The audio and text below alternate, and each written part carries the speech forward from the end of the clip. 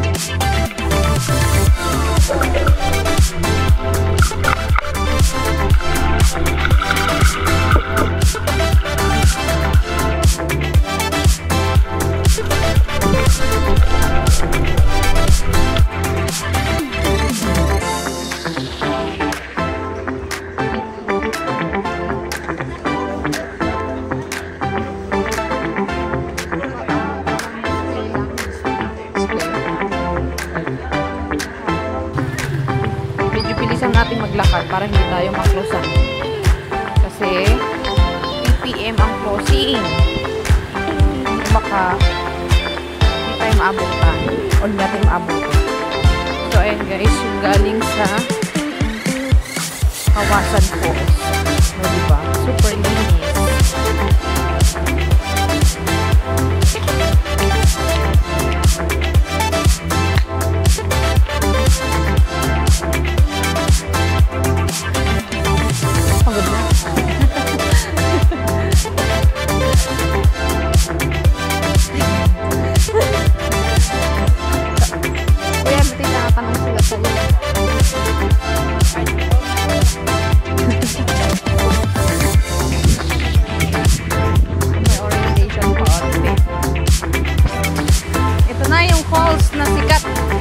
Falls dito sa Cebu. First level ng canyoneering.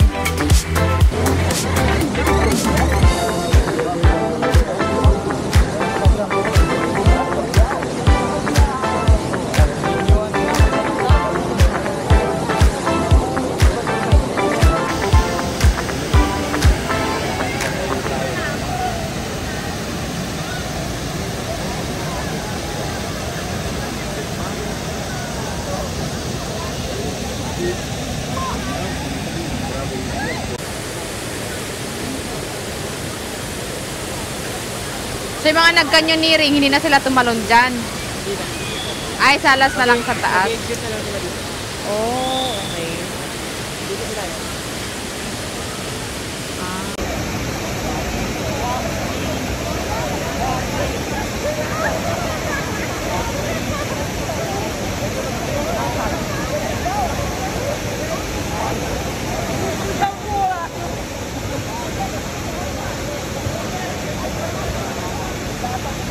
Two hours later. So, good evening everybody, mga viewers.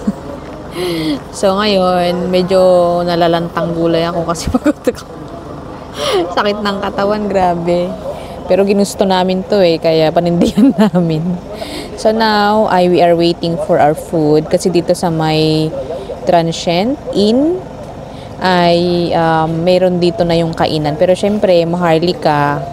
Pero nakakatamad ng lumabas, kaya grab it na lang. So, ihaw-ihaw dito. So, yung in-order namin ay chicken na ihaw with rice and soft drinks na. Worth of 260, I think. Yes, basta ganun. So, ipapakita na lang namin later kasi iniihaw pa nila as in. So, mamaya ay ipapakita din namin yung room namin. So, 4 kami. Pero 2 kami sa room na isa, tapos yung 2 naman dun sa isa. So, Dito pala ay Gravino's Inn dito sa may Oslob. Kasi dito guys, maaga kami bukas kaya mas maganda na lang na in case na kayo na pupunta kayo dito sa magwe-whale shark kayo, mas maganda na dito na lang kayo sa may bandang Oslob mag-check-in para sa ganun. Maaga na lang kayo bukas kasi maaga kayo makakapunta sa whale shark kasi nga pila. Kaya mag-alas 3 daw kami bukas. Kaya magandang dito na lang kami para malapit na lang yung pupuntahan namin. So, we are waiting for the foodies. Sobrang kapagod. Buti na lang hindi kami nag-canyoneering. Baka ba pag nag-canyoneering hindi na kami makaka-whale shark Kemerootsing.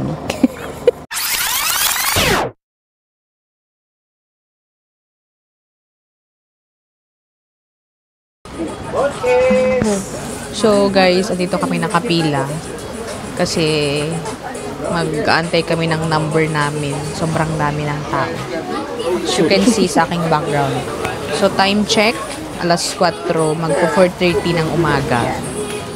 And madilim pero ang daming tao guys. So waiting ng number, tapos magbabayad.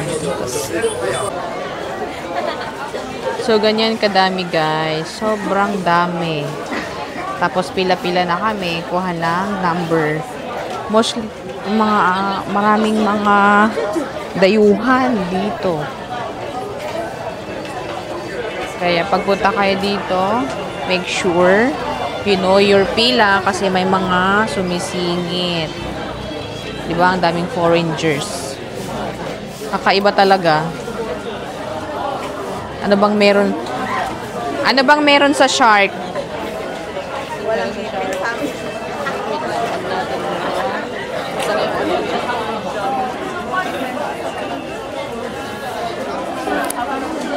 Sabi mo? Ano bang meron sa shark? Bakit pinipilahan ng bongga? Kasi minsan ka lang makakita ng ganun eh. Ano bang meron sa shark? Ewan ko, malaking buka Hindi pinatatakutan. Anong meron sa shark? Hindi ko alam. Malaki siya. Kakaiba siguro. Curious lang. Curious. And the protection of the whale sharks as well. First and the most important rule is you are not allowed to touch the whale sharks because they're considered as wild creatures, so they may react violently or swim away, leading to a shorter interaction. Second, no flash photography because whale sharks are sensitive to light. Third, in swimming, please observe 4 meters distance away from the whale sharks and 5 meters if you use your flippers or fins. That's from the mouth down to its tail. And if you can see if the whale sharks are getting closer to you, don't panic. Just give them way and let them pass. They are harmless, and please don't chase them. And lastly, you're not allowed to apply sunblock, sunscreen, or any kind of skin protection because these products contains chemicals that can harm the whale shark. But if you apply it already, kindly rinse it off. Don't dirt the shower area before boarding the boat. Please obey the rules to avoid penalty. We have some sea wardens monitoring the whole operation. And additional reminders, from here down to the interaction area, wearing a life vest is mandatory. But upon reaching there, if you're good swimmers and can swim deeper, you can take off your life vest and leave it on the boat. And from the boat down to the water, please enter slowly. For those who will swim, please remove your jewelries or any fashion accessories with you, because they may accidentally fall and we are not liable for that. For taking pictures underwater, mobile phones are not recommendable to use. And please don't leave your things unattended. Swimming gear is provided, so please take good care of it. Don't lose it or damage it because you will pay for it. So we provide swimming mask is on the boat, chest bar from the boat neck. And the tube is in the life vest area, just grab one in the basket. So always remember, you are not allowed to touch the whale sharks. Thank you so much for listening. So everyone, please proceed downstairs.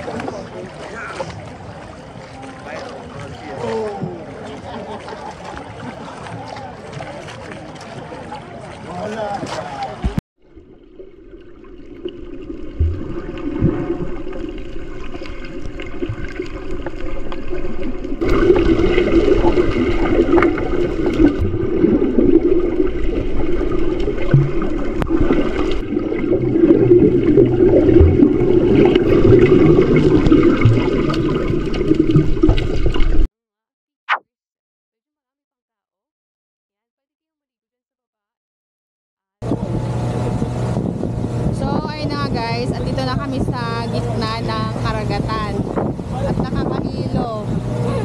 Sobra. Akala namin malapit lang yung island, pero malayo-layo pala. Abutin ng 10 minutes sabi nila kanina. Grabe, mga kasama namin. Hey!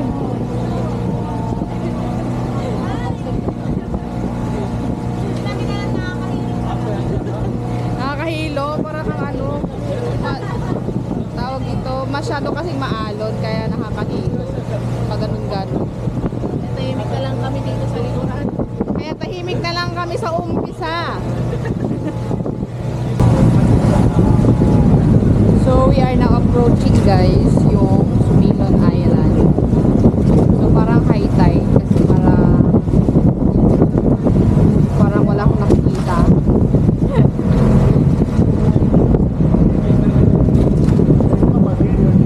Tingnan natin. Tingnan natin, guys.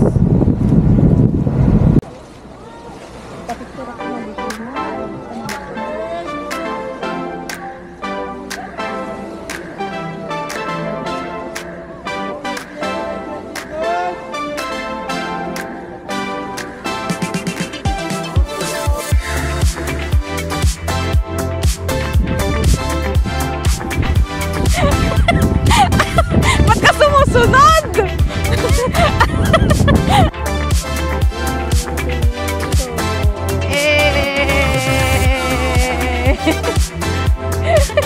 Aray ko, nahilo na. Nanyak na.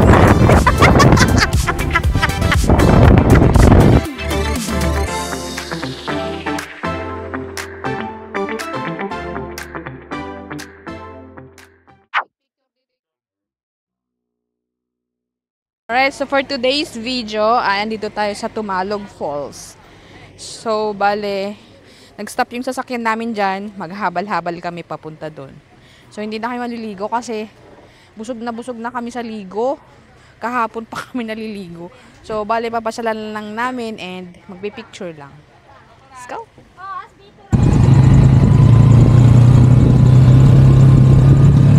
Ayun po yun.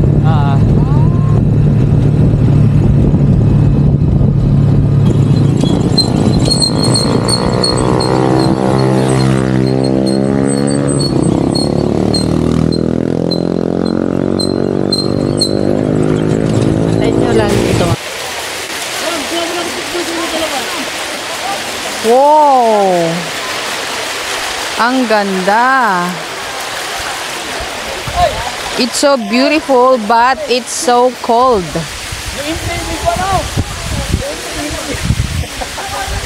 So as you can see guys, blue rin siya, parang sa Kawasan Falls. Yeah. Mababaw siya kaya hindi na kailangan ng life vest. Sobrang taas. So, i-research natin later kung ilang metro ang haba ng falls. Tanungin natin later dun.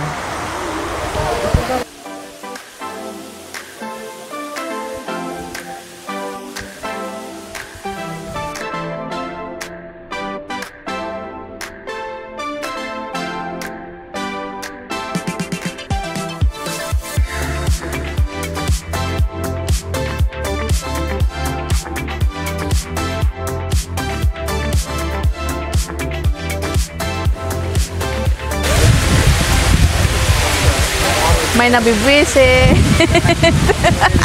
Kasi marunong makira.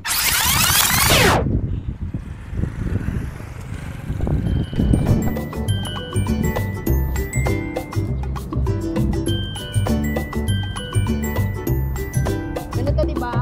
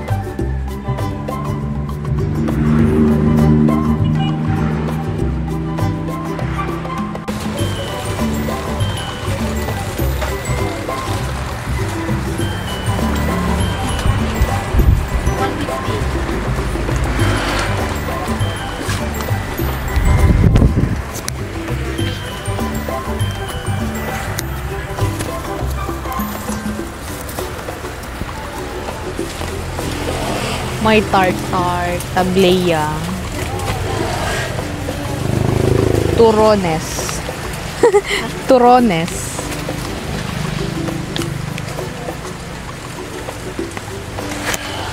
Ano pang bibilin natin? Ano to? Salvaro.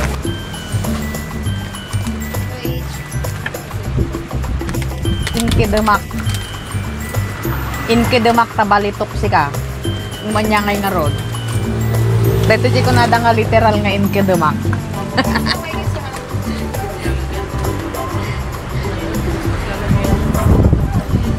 Nag-ima sa charunda. Ay, masarap gayam. In Tagalog, lami kaayo. Ah, eme. Tsaka yung papunta Costco. Oh. Tayo kasi umiko tayo eh. Dapat dito eh. Yan. Papunta Oo, dyan Malbual tayo. yan. Malbual yan. Hi! Tapos So, ikot. good evening. Ayan, nandito tayo sa Dragon Home Inn. Ayan. So, this will be our home for 2 nights. So, pagpasok mo, ito na agad yung bubungan sa'yo. CR and bed. Come on! Pasok na! Pasok na, as!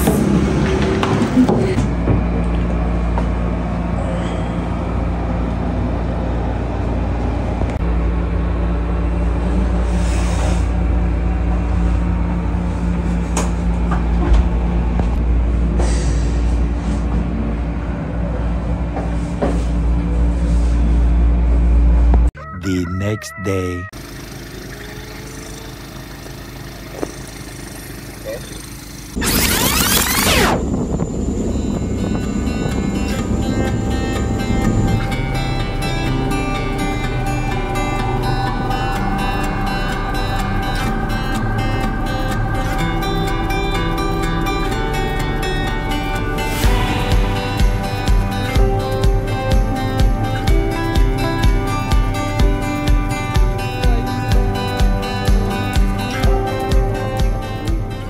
A few minutes later.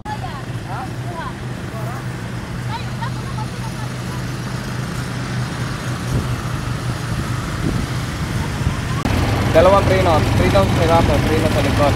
Ito yung para matakbo at hindi lang gagandaan.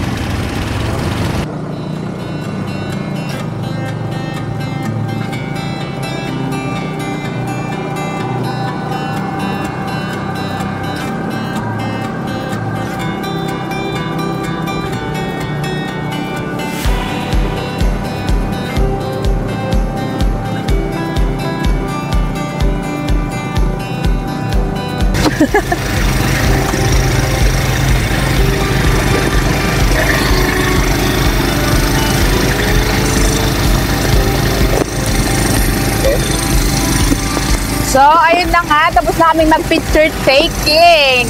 Ang galing ni Kuya. May mga kambal kaming hindi namin nalalaman. Dito lang sa Bohol namin nahanap. Sa Bohol lang to, you guys. Book na!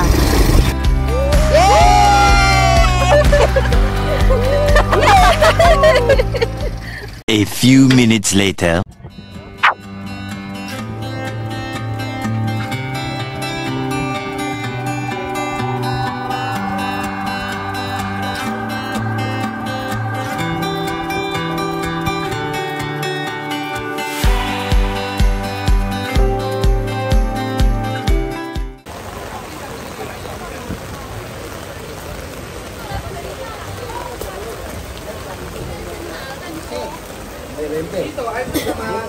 So guys, andito na kami sa Tarsier Sanctuary ba to? Basta Tarsier. May mga Tarsiers. And inaantay lang namin yung guide or yung tour guide namin kasi siya magbabayad ng entrance namin kasi naka-package na yun siya. And wrong timing. Medyo wrong timing kasi sobrang lakas ng ulan. So, i-enjoy na lang namin kung anong makikita namin later. So, pakita namin later. So, ang entrance pala dito in case na mag-DIY kayo kasi na pwede din namang mag-DIY. Open for hindi tawag dito. Regular 170 and 160 pag student, 136 pag senior and PWD. Ayan. So, pag student and senior, dapat may ID kayo ipapakita para sa ganun ay talagang madi-discountan kayo. Pag hindi, ay 170. And dito, pansin ko guys na mayroon pala silang, hindi ko sure, pero parang may orientation. Kasi may mga bawal dun, oh. Bawal camera flash, flashing of camera, bawal maingay. Ayun siya kasi mabubulabog yung mga Tarsiers. Thank you. Nakatingin dito sa akin.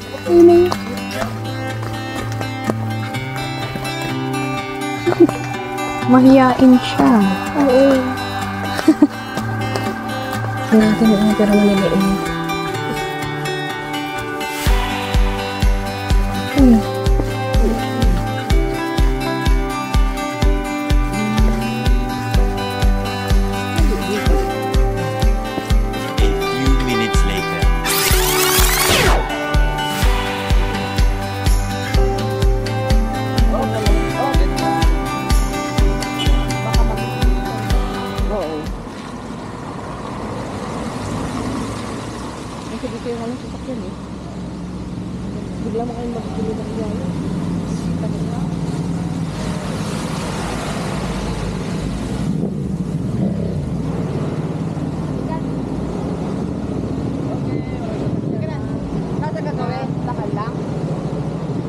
Jogging?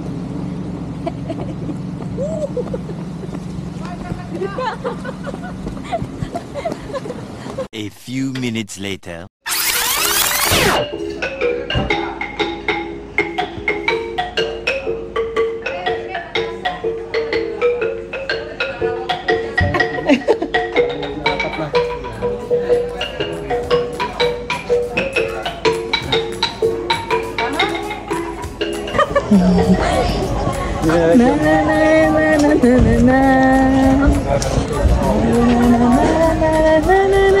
A few minutes later.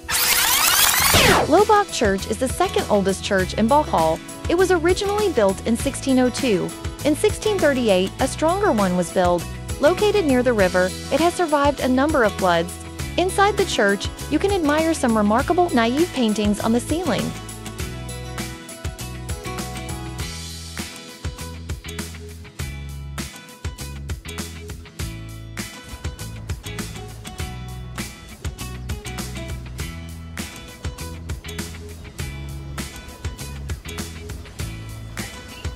Due to heavy rains, we decided to go back to Cebu City. Since we are not able to enjoy other destinations, soon we will do back.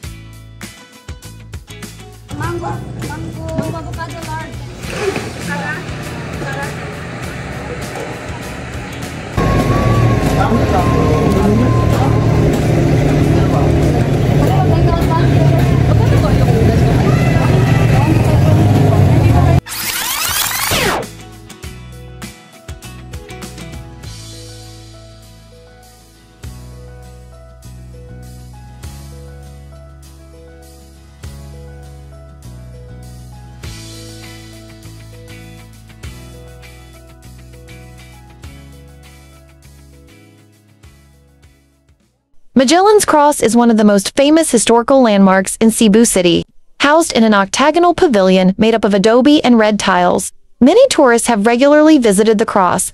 It is located in front of the Cebu City Hall, near the Basilica Minor del Sto. Nino at Magayan Street is named after Magellan.